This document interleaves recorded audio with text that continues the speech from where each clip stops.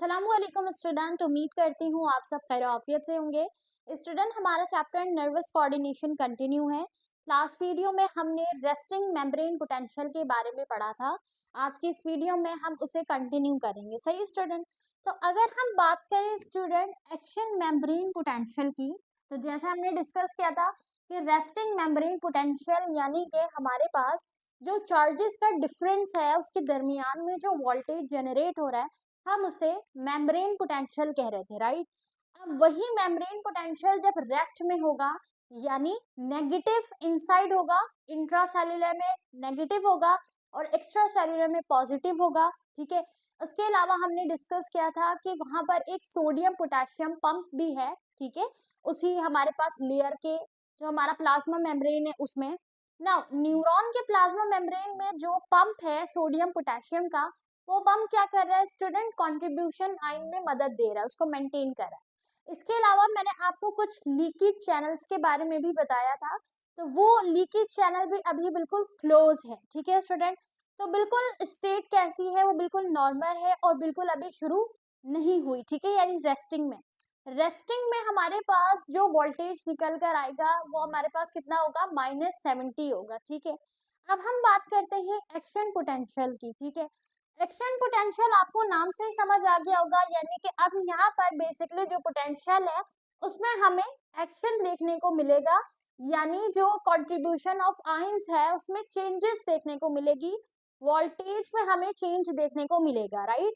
अब यहाँ लिखा है action potential is triggered when any stimulus received by the neuron. Action potential start कब होगा, जब कोई स्टिमुली आएगा। ठीक है। स्टिमुलस क्या होता है स्टूडेंट, यानी बेसिकली कोई बेसिक रिस्पॉन्स। ठीक है। जब कोई मैसेज, कोई इम्पल्स, कोई सिग्नल आएगा तो हमें जो स्टिमुली मिलेगी रिसेप्टर्स की मदद से। ठीक है। तो स्टिमुली के मिलते ही न्यूरॉन्स फिर क्या होंगे, अपने रेस्टिंग मेम्ब्रेन पोटेंशियल से एक्शन मेम्ब्रेन पोटेंशियल की तरफ बढ़ेंगे। ठीक है। तो ये कब स्टार्ट होगा, जब हमारे पास न्यूरॉन किसी स्टिमुलस को रिसीव करेगा। आगे लिखा है द एक्शन पोटेंशियल में reach up to 50 milliwatt. अब हमारे पास अराउंड 50 मिली वॉट तक ये जो है वो रीच कर सकता है। पहले रेस्टिंग में कितना था, -70। माइनस साइन जो है ये इंडिकेट कर रहा था नेगेटिविटी को, जो कि इंट्रासेल्युलर में है, यानी मेम्ब्रेन के इनसाइड। ठीक है स्टूडेंट। अब जब एक्शन पोटेंशियल में आएगा तो ये 50 तक चला जाएगा। ठीक है। अच्छा, लिखा है this return to the resting state usually take from 10 to 30 millisecond. Now इस एक्शन मेम्ब्रेन पोटेंशियल से लेके रेस्टिंग स्टेट तक जाने के लिए इसे 10 से 30 मिलीसेकंड्स लगेंगे। ठीक है स्टूडेंट। अच्छा, if a stimulus is capable to produce action potential. अब जो स्टिमुलस आया है यानी जो सिग्नल रिसेप्टर्स ने भेजा है, अब उसकी सलाहियत को देखकर ही एक्शन पोटेंशियल परफॉर्म होगा। यानी अगर स्टिमुलस जो है ना वो इतना केपेबल नहीं है तो फिर क्या होगा, बेसिकली हमारे पास एक्शन पोटेंशियल जनरेट नहीं होगा। ठीक है। इसकी सादा अगर हम मिसाल डेली लाइफ से देखें तो बहुत सारी चीजें ऐसी होती है जिसपे हमारी बॉडी जो है, हमारे न्यूरॉन जो है वो रिफ्लेक्स एक्शन, रिफ्लेक्सेस, रिस्पॉन्स इतना ज्यादा शो नहीं करते नॉर्मल किसी चीज का होना। तो जब स्टिमुलस इतने ज्यादा कैपेबल नहीं होंगे तो एक्शन पोटेंशियल नहीं होगा। जब स्टिमुलस हाई कैपेबल होंगे, जैसे अचानक किसी आवाज का आना, हमारा हाथ गर्म चीज से लगना, ये एक ऐसा रिस्पॉन्स है, इसके नतीजे में जो रिस्पॉन्स बॉडी कर रही होती है, मैसेजेस जो मिलते हैं, तो उसमें क्लियर क्या होता है, रिफ्लेक्सेस वाजे हो रहे होते हैं, यानी वो स्टिमुलस कैपेबल होता है। तो कुछ स्टिमुलस ऐसे होते हैं जो इतना ज्यादा जो है वो रिस्पॉन्स जनरेट नहीं करते, माइनर से होते हैं। ठीक है। लेकिन कुछ स्टिमुलस ऐसे होते हैं जिसपे बॉडी फौरन क्या करती है, रिफ्लेक्स एक्शन प्रोड्यूस करती है। ठीक है। तो जब हमारे पास ऐसा कोई स्टिमुलस आएगा जो कि कैपेबल होगा प्रोड्यूस करने के लिए एक्शन पोटेंशियल को इन न्यूरॉन, तो उसे हम कहेंगे थ्रेशोल्ड स्टिमुलस। ठीक है, याद रखिएगा, डेफिनेशन आपसे पूछी जा सकती है थ्रेशोल्ड स्टिमुलस की। थ्रेशोल्ड स्टिमुलस, हम उस स्टिमुलस को थ्रेशोल्ड कहेंगे जिसके अंदर ये कैपेबिलिटी, ये सलाहियत होगी कि वो न्यूरॉन तक क्या कर सके स्टूडेंट, उसको स्टिमुलस को वाजे कर सके, प्रोड्यूस कर सके, कि एक्शन पोटेंशियल अपने रद्दे अमल में आ जाए। सही। तो उसे हम कहेंगे थ्रेशोल्ड स्टिमुलस।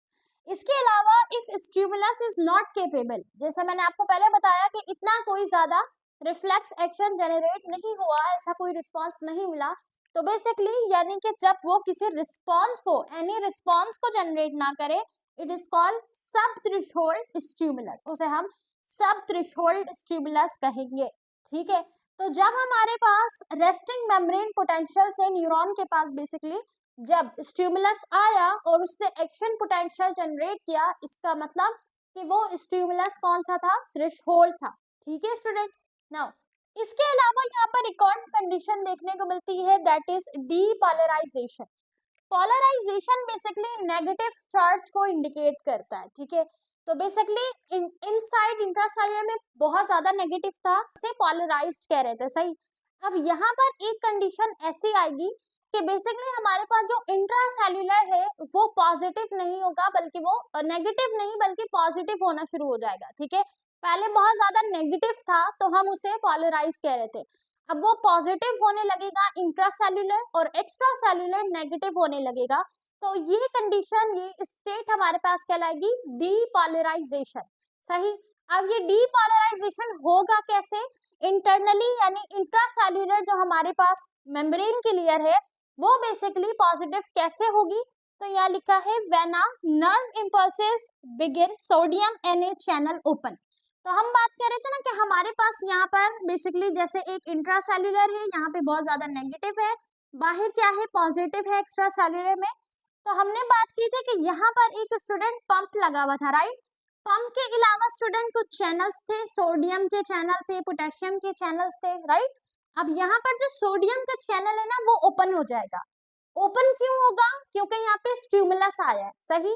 तो स्टिमुलस जैसे आएगा तो सोडियम का जो लीकेज चैनल था वो ओपन हो जाएगा, सही। तो जो सोडियम के आयंस है वो क्या होंगे, तेजी से बाहर निकलना शुरू हो जाएंगे, सही। तो फिर जो हमारे पास इंट्रासेल्युलर यानी अंदर की जो मेम्ब्रेन की जो नेगेटिव आयंस थे वो पॉजिटिव होना शुरू हो जाएंगे, सही। और बाहर बेसिकली हमारे पास पोटेशियम जो है वो कैसे होंगे, वो भी बढ़ रहे होंगे, सोडियम भी। तो ऐसी कंडीशन में वो क्या होंगे, पॉजिटिव होना शुरू हो जाएंगे, नेगेटिव होना शुरू, मतलब अपोजिट हो जाएंगे, इंटरनली पॉजिटिव बाहर नेगेटिव, सही। तो ये कंडीशन कहलाती है डीपोलराइजेशन। चैनल क्यों खुला ये समझ आ गया, चैनल इसलिए खुला क्योंकि स्टिमुलस आया था, तभी तो ये रेस्टिंग मेम्ब्रेन पोटेंशियल से एक्शन मेम्ब्रेन पोटेंशियल में आ जाएगा। ठीक है, आगे लिखा है student, allow sodium ion to rush into the neuron. अब सोडियम आयन रश यानी तेजी से कहा जाएगा न्यूरॉन में, they makes the inside of neuron more positive, internally positive हो जाएगा। ठीक है, rerising the resting membrane potential. अब इस तरह क्यों होगा, ताकि ये रेस्टिंग मेम्ब्रेन पोटेंशियल को दोबारा हासिल कर सके। ठीक है, रेस्टिंग मेम्ब्रेन पोटेंशियल को दोबारा ले सके, सही। अब इस तरीके से जब होगा तो बेसिकली उसके बाद हमारे पास आफ्टर डीपोलराइजेशन, ठीक है, पोटेशियम जो हमारे पास था, पोटेशियम आयन, उसका चैनल भी ओपन हो जाएगा। ठीक है, पहले कौन सा गेट ओपन हुआ था, सोडियम का, अब पोटेशियम का ओपन होगा। जब पोटेशियम का ओपन होगा तो जो हमारे पास पोटेशियम के आयन है वो मूव करेंगे आउट द न्यूरॉन। जब मूव करेंगे तो इस तरीके से this store the negative charge inside the neuron bringing it back resting state, यानी पहले सिर्फ जो हमारे पास सोडियम था वो इंटर हो रहा था क्योंकि सोडियम का लीकेज चैनल खुल गया था। क्यों खुला था, स्टिमुलस के आने की वजह से, सही। तो ये वाली स्टेट हमारे पास कौन सी हो गई थी स्टूडेंट, एक्शन मेम्ब्रेन पोटेंशियल। इसीलिए वोल्टेज -70 से 50 पे आ गया था। ठीक है, 50 के आगे माइनस नहीं लगा हुआ है, विच मीन्स कि पॉजिटिविटी को जाहिर कर रहा है, सही। पहले इंट्रासेल्युलर ज्यादा नेगेटिव था तो -70 पे था। ठीक है, रेस्टिंग मेम्ब्रेन पोटेंशियल कितना होगा, -70।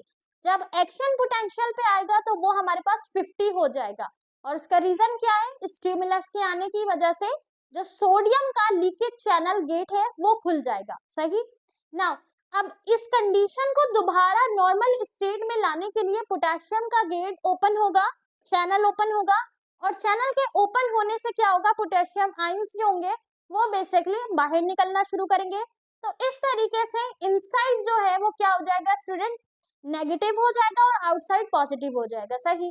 तो ये मेम्ब्रेन पोटेंशियल जो है वो रेस्टिंग में आ जाएगा। ठीक है, क्लियर हो गया। अच्छा, इसके साथ ही डीपोलराइजेशन से रीपोलराइजेशन के दरमियान एक टेम्परेरी स्टेट भी आती है जिसे हम कहते हैं हाइपर पोलराइजेशन। हाइपर से मुराद आपको समझ आ रहा होगा बहुत ज्यादा, यानी आयंस जो नेगेटिव थे वो अब बहुत ज्यादा नेगेटिव हो गए, सही। After repolarisation the neuron sometime, कभी कभार, becomes more negative than its resting potential.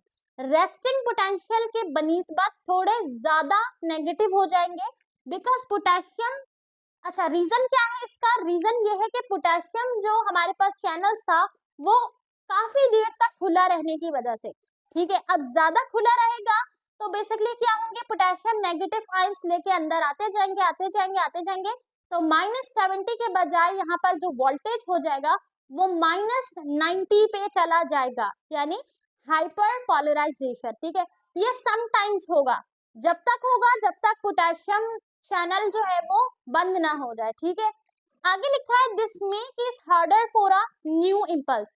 अब ये नए इम्पल्स के लिए थोड़ा मुश्किल होगा टू स्टार्ट इमीडिएटली, कि वो फौरन ही तौर पे स्टार्ट कर सके, इंश्योरिंग प्रॉपर सिग्नल्स ट्रांसमिशन, सही। अच्छा, ये बेसिकली मदद देंगे किसको, सिग्नल्स को स्मूथली ट्रांसमिट होने में, लेकिन चूंकि यहाँ पर हाइपर पोलराइजेशन हो चुकी है इस वजह से बेसिकली थोड़ी प्रॉब्लम आ सकती है दूसरे स्टिमुलस के लिए, ठीक है। अब आपकी बुक में स्टूडेंट एक और छोटा सा हेडिंग है जिसका नाम है basically refractory period. Refractory period basically second stimuli के लिए थोड़ा सा ब्रेक है, और ये ब्रेक अराउंड 2 मिली सेकेंड्स के लिए होता है, सही। तो 2 मिली सेकेंड्स का एक ब्रेक होगा, और वो ब्रेक किसके लिए होगा, सेकंड स्टिमुलस के लिए होगा, सही स्टूडेंट। अच्छा, इसके अलावा स्टूडेंट इसमें जो हम वोल्टेज की वेलोसिटी को देखें तो सारी वेलोसिटी मिला के बेसिकली हमें अराउंड इसी वेलोसिटी के अंदर मिलती है, ठीक है, यानी कि इसी वेलोसिटी में, इसी वोल्टेज में जो हमने रेस्टिंग मेम्ब्रेन पोटेंशियल से लिया था उसी में हमारा सारा ये वर्क डन होगा, ठीक है स्टूडेंट। तो ये चीज जो आपने पढ़ी है दैट इज नर्व इम्पल्सेस, यानी हमारे नर्व्स का, न्यूरॉन्स का मैसेज को, सिग्नल को ट्रांसमिट करना इन्वायरमेंट से लेके हमारी इंटरनल बॉडी तक। तो इसमें बेसिकली डिफरेंट हमारे पास चीजें थी जो हेल्प करी थी, जैसे रिसेप्टर्स थे, ठीक है स्टूडेंट। रिसेप्टर्स इफेक्टर तक भेजेंगे, इफेक्टर जनरली हमारे मसल्स और ग्लैंड है, देन वो न्यूरॉन्स के डिफरेंट पार्ट से गुजरते हुए वो मैसेज अगर जरूरत पड़ी तो सेंट्रल नर्वस सिस्टम को भेजेंगे, और अगर सेंट्रल नर्वस सिस्टम की जरूरत नहीं पड़ी तो फिर वो पूरी बॉडी के न्यूरॉन्स में भेजेंगे, ठीक है स्टूडेंट। तो ये हमारे पास कहलाता है नर्व इम्पल्सेस। नर्व इम्पल्सेस में वोल्टेज याद रखिएगा, ब्रेक कितनी देर का है, और बेसिकली रेस्टिंग मेम्ब्रेन पोटेंशियल से एक्शन के दरमियान में कितना फर्क आ रहा है, 10 से 30 मिली सेकेंड्स के टाइम के अंदर हो रहा है, ठीक है स्टूडेंट। अच्छा, एक्शन मेम्ब्रेन पोटेंशियल के लिए जो स्टिमुलस आएगा उसकी कैपेबिलिटी जो है, उसकी सलाहियत जो है वो इतनी होनी चाहिए कि हमें कोई रिस्पॉन्स जनरेट करा सके। तो ऐसा स्टिमुलस जो कैपेबल हो किसी रिस्पॉन्स के लिए या एक्शन मेम्ब्रेन पोटेंशियल को जनरेट करने के लिए, वो हमारे पास कहलाता है थ्रेशोल्ड, ठीक है, थ्रेशोल्ड स्टिमुली। और अगर उस स्टिमुलस में इतनी सलाहियत, कैपेबिलिटी नहीं है, वो इतना कैपेबल नहीं है, तो फिर हम उसे कहेंगे सब थ्रेशोल्ड, ठीक है स्टूडेंट। तो ये छोटी छोटी चीजें हैं जो आपको एमसीक्यूज में हेल्प करेंगी। नर्व इम्पल्सेस का टॉपिक यहाँ पे खत्म होता है, इंशाल्लाह नेक्स्ट वीडियो में हम दूसरे टॉपिक को स्टार्ट करेंगे। Take care of yourself. अगर कोई सवाल हो तो कमेंट में जरूर पूछिएगा। अल्लाह हाफिज।